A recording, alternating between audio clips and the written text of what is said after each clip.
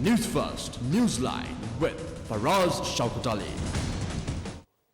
And a splendid morning to you. This is Newsline. We're live, as always, from the News First studios in Dawson Street in Colombo. And in an ambience of presidential elections. We've got a presidential candidate here with us in the studio. And this time round, it is Professor Rajiv Vijayasinghe. A very good morning to you, Professor. Morning, Faraz. Good to be here. Thank you. And can you tell us, why are you a candidate? Well, very simply, I feel that I have a responsibility to make some corrections for the betrayal of 2015, when, as you remember, I supported Maithripala Sirisena. I still don't think I regret it, because I felt that, there were problems with the last few years of the Rajapaksa presidency. And I'm very proud that I told Mahinda Rajapaksa that the promised reform should go ahead. Otherwise, I could not support it. And, I don't suppose he believed me, but I thought it was necessary to have a change. He was surrounded. He himself, requires credit for winning the war and so on.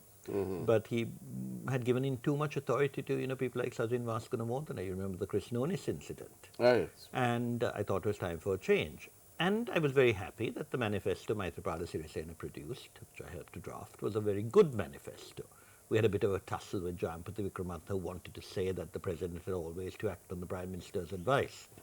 But what emerged was you had to change the autocratic executive presidency, which of course was necessary. But Jayampathy first tried again to pass all power to the Prime Minister, to have an autocratic Prime Minister instead of an autocratic president. And when that failed for various reasons, what they did was they created an autocratic diarchy, where this guy had so much power and this guy had so much power and the people had no power at all. And you could see the sheer absurdity of Jayampathy and Ranil's view of checks and balances, because whereas in any other system, they didn't bother to study any other system around the world, an overmighty executive is checked by Parliament. They gave all the power within to the executive. So, for instance, if you take the first so-called Constitutional Council, an absurd name, it consisted of ministers. And of course, the way they chose the ministers was, you have one and I'll have one. In fact, they used to talk about the Prime Minister's nominee and the leader of the opposition's nominee. And whereas the leader of the opposition in the ordinary world represents an oppositional point of view, that wonderful poodle Karu Jayasuriya appointed Sambandhan, and between Sambandhan and Karu Jayasuriya, they were running, panting behind Ranil as much as possible. No. So here was power, the people had no power at all. So I have, over the last few weeks, and this is really when the idea came to me, I've been writing a column for Ceylon Today called Sirisena's Promises, Broken Promises, What Went Wrong, What Can Be Done. And I have been drafting a new constitution, which I found was a surprisingly easy thing to do if you take the old constitution and, amend it, which on computers you can do. But it's very easy to do this. Now, my point is, here is a complete new constitution with all the right ideas, fulfilling the Sirisena promises. And what I hope is that the ideas that emerge will be taken up by the other candidates, including the main candidates. One of the advisors of one of the other, I think, candidates who is serious, wanted to look at my draft constitution. And I think other people will do that. Now, in the end, I think the two principal candidates, one of whom I assume is going to win, also want ideas. And they don't seem to have any at the moment. But it's so good they that might they take are, some of these. It's good that they are asking to see your one. And well, the two principal candidates haven't yet, but I do know people with them who are interested. And of course, I mean, in pursuit of the service to the nation, nothing wrong in sharing ideas. No, absolutely. Someone asked me the other day, I hope you are advising young Sajit, who has expressed some interest in education. And he's a person who, I think, together with me, probably knows more about education than anyone else. And I said, I'm always ready to give advice to anyone or to assist anyone who asks me. But at the moment, none of the major people have asked me, which I understand, because in the old culture, which I hope these two would change, what was wanted was slavishness. And everyone knows Do you that I think, don't do you behave think like a that slave. the biggest contribution you'll be making by putting yourself forward is to use the airtime that that you will get to sort of educate the public more, to bring them up to speed with what they ought to be doing and asking what kind of questions they need to ask before casting their vote? Well, that is one. And I know that last time I stood for president, it succeeded because, I could give ideas What do you mean on it television. succeeded? Well, I started with no political experience. Right. I had not had, obvious public administrative experience, which I have now because of heading the Peace Secretariat, being a permanent secretary of ministry. And, I came 6th out of 15 candidates. And how many votes did you get? I got 25,000 votes, which Right. wasn't very much, but it was more than, 9 others. Did you get And your one of the- deposit back? No, I mean, none of the candidates got their deposits back except the first 3, and I expect that to be the case this time What's too. the minimum figure? What do you need? How many votes do you I need? think you need something like 5% of the total. total. Who But- voted. Yeah, but I don't think it's any great, loss to donate your deposits to the country, which is in desperate need of money given the last 5 years. But having said that, I do know that the chairman of the UNP told me his son voted for me because he thought I was the Who best was candidate. the chairman Shahid then? Ratwatte. I see. And Javed Yusuf, who was one of Chandrika's great, supporters, indeed her representative now on the Constitutional Council. He told me his son voted for me very simply because they thought I was the best candidate, and they knew it from airtime. Now this time round, apart from I hope the airtime that channels like yours will provide, because I think you are also interested in ideas for the future on expanding democracy, on a more just society, on better education. We were discussing the need for giving all our people English, not just the elite. Now all those can be multiplied this time because of social media. And I think through social media, I will be able to get ideas across as well. Indeed. And on Newsline, we encourage you to send us your questions by SMS, please. 0772 300 305. Our control room will have it up on your screen now, and there you go. And of course, we are in conversation with Professor Rajiv Vijayasinghe, presidential hopeful, presidential candidate. But honestly, realistically speaking, isn't it best if 35 candidates were whittled down to 3 and the other 32 worked alongside these 3 to come to a realistic conclusion? Because clearly 35 candidates here, and if you take, if you minus the 3, the SLPP, the UNP stroke alliance and the JVP stroke alliance, 32, and even if each of them got 25,000 votes, that's a lot of votes. But you see, Faraz, the whole point about this system, I mean, I agree there are too many candidates, but I certainly think 3 would be a disaster, because then those 3 would think they were God. I mean, can I just tell you that if you look at the history of this country, the 2 best presidents we have had were the 2 who won narrowly. Ranasinghe Premadasa in 1988 inherited a terrible situation, which people now blame on him. See, Can I finish, Farhad? Yes, go ahead. And there was a terrible situation which I had, Colombo 7 Blaise Premadasa. He actually brought the country up. Mahinda Rajapaksa in 2005 won very narrowly, inherited an awful situation, and he actually stopped terrorism. Now these 2 people were on their toes, but those who got large majorities, Chandrika in 1994, Jaya Jayawardena, who won in a way he shouldn't have won because he got rid of Mrs. B, Mahinda Rajapaksa in 2010. They all just sat and relaxed. They handed over power to people who were totally unsuitable. They allowed, horrible things to happen. And I think it is important, and I do make this appeal to the electorate, please give your first preference to me or to any of the other candidates who has ideas, and give your second preference to the one you prefer of the other candidates, or indeed the one amongst them whom you dislike less, because it will send a message that we are tired of the current politics. If the winner emerges from the second count, it's a message to say you must take the views of other people as well. Now, very simply, of the 35, as the Elections Commissioner said, he knows people have nominated in order to, support their own candidates. I still remember in 1999, there's one candidate I found very funny, and I was telling Ranil Wickremesinghe this, and he said, no, don't worry, he's our man. So they put in people like that in order to get election agents, blah, blah, blah, blah. Yeah. Those people, I hope, Mahinda Deshapriya will absolutely put a stop to. He told us that if he found people talking in favour of another candidate, he would cancel their candidacies. And he also said, please make sure your supporters don't do that. So I hope that happens and the 35 may be whittled down in the next few weeks to maybe 20. Nadir, I want to take some questions. One is relevant now, and that is, they're asking you as to what you think will the SLFP do today. They say they'll make a final decision today.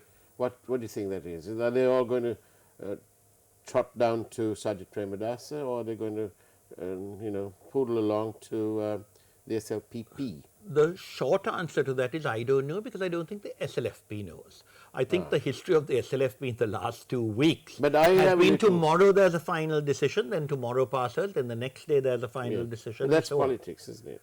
Well, let me put it this way. I think it is typical of the indecisiveness that has characterized this presidency for the last 5 years.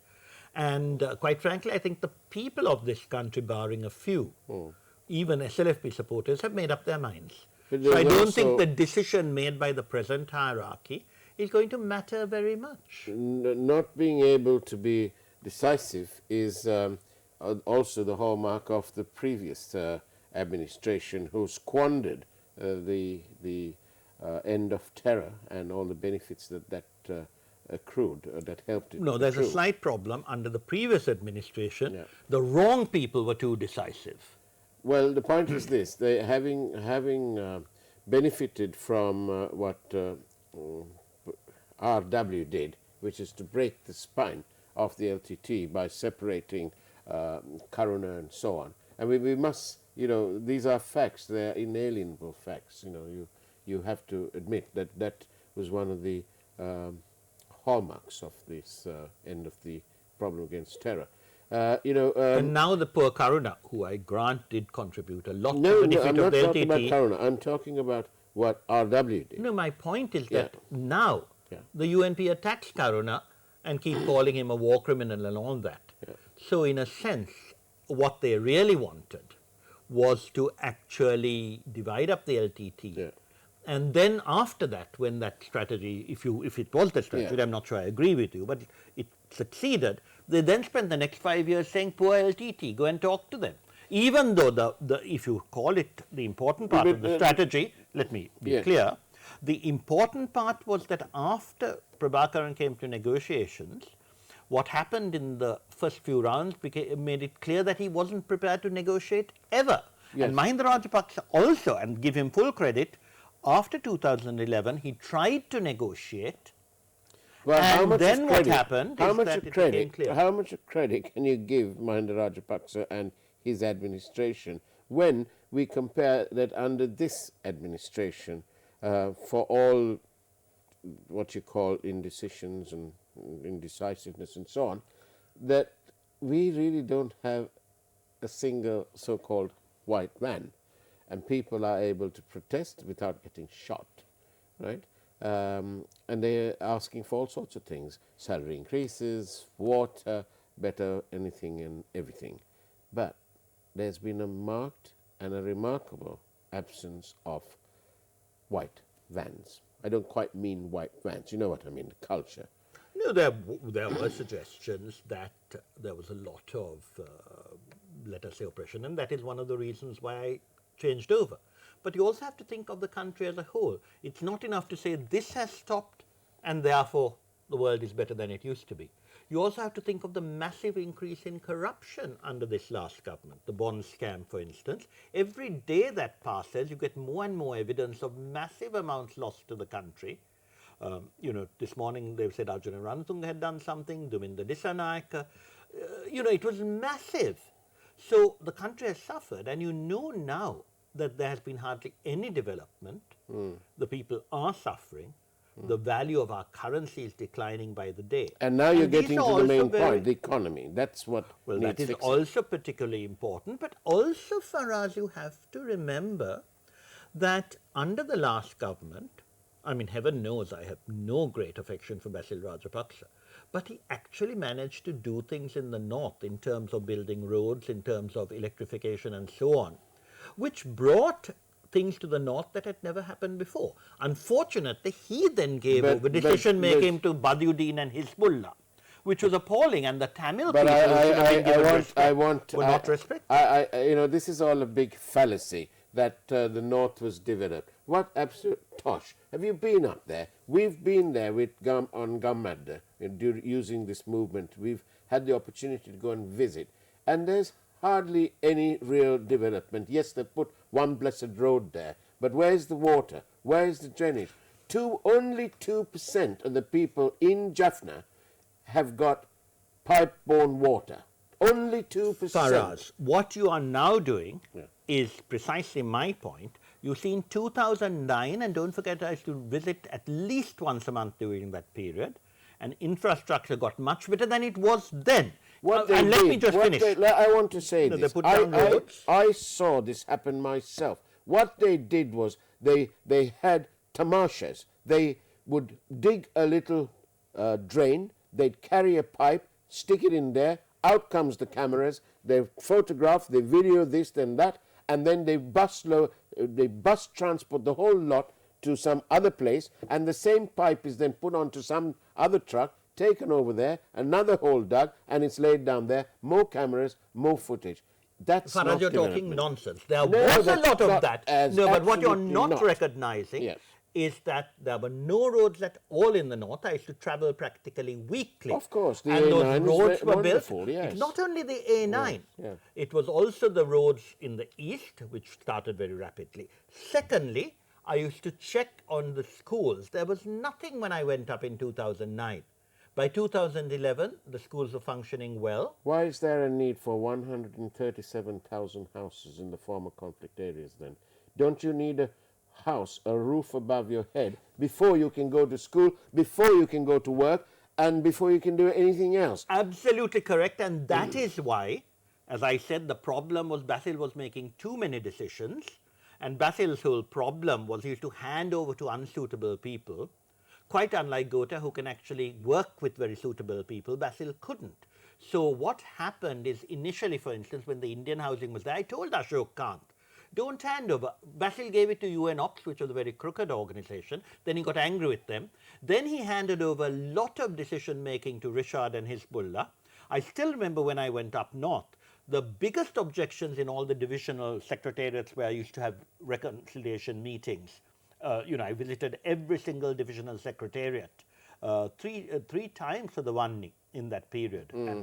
And it was the Muslim people who were saying, Rishad's friends are getting 2 houses. We don't have any. Tamil people don't have any. So Basil, as I said this, and I've written it, I have it on record, that simply consulting the people, in particular the chairs of the Pradesha Sabhas, who were very able people, did not happen, and there were massive shortcomings, which I have written about. But that cannot take away from the fact that things like the highways, which were marred in corruption for 20 years, when Chandika was president, when Vajrabhe was in charge, the southern highway didn't work, the whole eastern area, the main small areas. But of course, one of the points I have made, and I made this on this program, is Basil saw cement, whereas development should be for people. I agree with you. I want to say this, that when we've been on our Gammadda, we've used Gammadda to go on there, and I don't really like talking about Gammadda, because it can be construed that it's just us saying it. It's not, because we've got volumes of reports to say what we've done. But the point is this, through that, we've all had opportunity to go there and see the disaster for ourselves. And would you rather have, if you had no houses, if you had a house, and if you were left only with the threadbare clothes that you were wearing, what would you want more? Do you want a super duper road, highway that nice cars from Colombo can travel at over 100 kilometers an hour, or do you want a house? There are places there, Rajiv, that I have seen, and I've got photographs on this blessed smartphone, that show you some of them are continue to live in mud huts and with pieces of plastic as roofs and so on, and old Takarang sheets. Where is the real development? There's been more development made up by PR companies that have been paid highly to do that. It's all absolute tosh. There's no real development there. Bandula and I, we were in Kalamanchikudi. Children there were walking about 5 kilometers to get to school. Well, for us, this is precisely what I have been saying as well. But we cannot say there was no development when there's inadequate development. Very simply, there was a tough war that we, won. And after that, many things did better, but it was precisely because we didn't go far enough that I made the points I made. Please read my books. It actually says this, one of the problems with all you guys is you only take one side. I am taking the side of the people who continue to suffer. Just because you've got the Pizza Huts and fast food outlets in Jaffna town, and you've got one solitary sort of tower, doesn't mean that there is development. I'm so glad you know about Pizza Huts. I don't know about such places. Well, whatever they because are. I don't go to those places. But whatever they are. But having said that, you cannot say nothing happened. And are we really going to say to the diaspora who are living out there and who left here because of various reasons, are you really going to say to them, listen guys, bring your pounds, dollars and everything else that you can and come back? Because, but you won't have running water. Awfully sorry about that, unless you live in Jaffna town. Oh, Faraz, as I said, you really are talking nonsense. No, I'm not. It's communication nonsense communication to think that vital. There has been development in the north. There hasn't. You're saying that's been inadequate. You must learn to use English properly. To say that no development is rubbish. Yeah. To say that the development could there have has been more no is real correct. constructive And development that is precisely that have why benefited the people of the country, a lot of things have the people of that area. Look at the education. I did a lot of work in education. I kept writing saying do more skills development because ultimately people in this country want education for their kids. Now, I'll give you a simple example. Basil built a massive vocational training center in Mullaitivu, which had very few students. I set up 5 vocational training small centers in rural areas. In fact, the district secretary said I had spent more in the deprived areas of Mullaitivu than any MP, including the TNA. And why? Because the TNA was putting their money into Jaffna, where the votes are. I had sessions, but can I finish? The point is that there was no human resources development, and that is more what people want. And that is why in my new constitution I have actually laid down in the directive principles the importance for better, wider education, and in particular the need to develop our rural schools. That is not happening. I take your point. And we have, in terms of all this development, we've now got no houses, or a missing amount of houses, but we've got a brand spanking newish university in the east with teaching one of the subjects is the Sharia law. So what do we want more? Well, as I said, and again, I think Mahinda Rajapaksa, I must say, when in 2013, the last time he took me seriously, I sent him a letter about a project which had been cut out. It was a UN-EU project and Basil had refused permission. And when I asked the officials, they said it was because Hizbullah and Rishad had protested. And so I wrote to Mahinda Rajapaksa and said, please let this continue. Of course, he ignored my letter. He had this lovely line to me when I said, I told you these. He said, he told me Sinhala. So you write in English, you can understand. And that is my fault, buying the newer. But I met him and I explained, I said, this hadn't happened. He said, I didn't know about this. I said, please ask PB Jayasundara, because PB had wanted this to go ahead. The next week, the UNDP head called me up and said, thank you, it's worked. And the reason was that Basil had entrusted these areas to Hizbullah and Rishad, and they promptly abandoned the old SLFP, the SLPP, because they are just time servers. And what really happened in those areas is that Basil got reports from them about what was happening, and the people really suffered. Hizbullah, Kartankude area, I used to say, it has been Arabized, because of course it was getting lots of money. And this whole business about what you call the Shariat University, it's an absolute disgrace. But now you know, Faraz, why Ranil didn't want me as a cabinet minister, because I was the only person who would stand up for what was right. Many people have told me when I say, why didn't you protest? But he's also, we couldn't. Before we finish, I want to say this to you. I don't know, you must have read it in the press in the last few days. Mr. Wickremesinghe made a statement the other day in which he said that the loan, or he made us understand that the loan for the Hambantota port was all paid up, and they're not servicing the loan and all that because it's all paid up.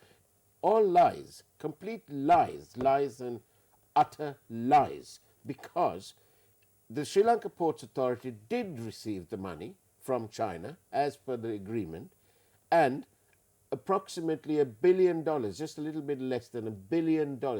That's with a B, folks. $1,000 million went to the Sri Lanka Ports Authority account, and from there went to the consolidated fund. The loan for that amount of money taken from China is still active, and we are paying for it. So, Mr. Wickremesinghe, I don't know why they don't do fact checks on this, because he's just telling you lies. Have you noticed that about the Ports Authority? My dear Faraz, you and I know perfectly well, I don't know the details that you've described to me, that Mr. Wickremesinghe cannot tell the truth if, even if he tried. He spins things appallingly, and I'm not surprised at what you say, but I don't know anything about it, so I can't confirm it. But you and I know perfectly well that whereas Niwad Cabral had good ideas about the loan portfolio and had recommended them when they went out of power in January 2015, these were completely ignored. The then government insulted China, imagining that their friends in the West would give them lots of money. When they realized they wouldn't. The friends in the West only want land. Exactly. They want a new constitution. They want economic corridors. The US dollars 30 million average per year in aid from the United States suddenly shot up to one bit of aid that they want to give us $480 million.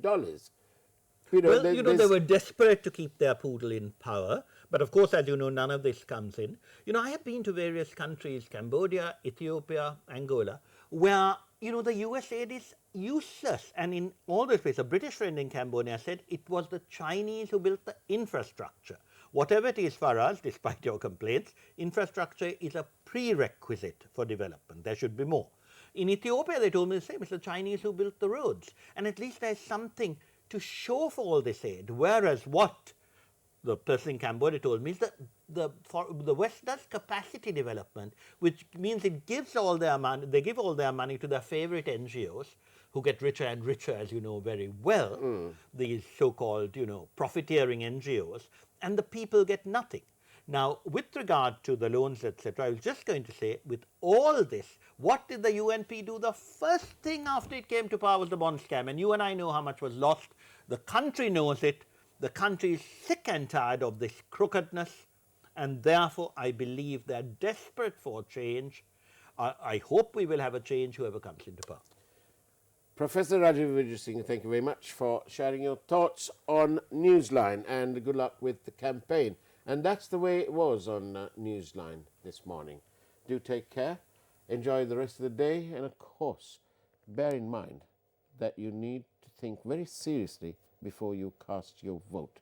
It's possibly the most valuable item you will ever have. Can I just suggest to that if you give someone else a first preference, your second preference won't be wasted. If if you give the first preference to one of the two major candidates, don't worry about second preferences. So please vote for me or one of the other serious candidates, but mark your second preference for the person you like better of the major candidates or the person you dislike less. And Professor, thank you, but you've just taken the steam out of my finishing line. And on that note, thanks very much for watching. Tune in to Yes FM online even for Talk of the Town in a few minutes' time. Take care and God bless. Thank you.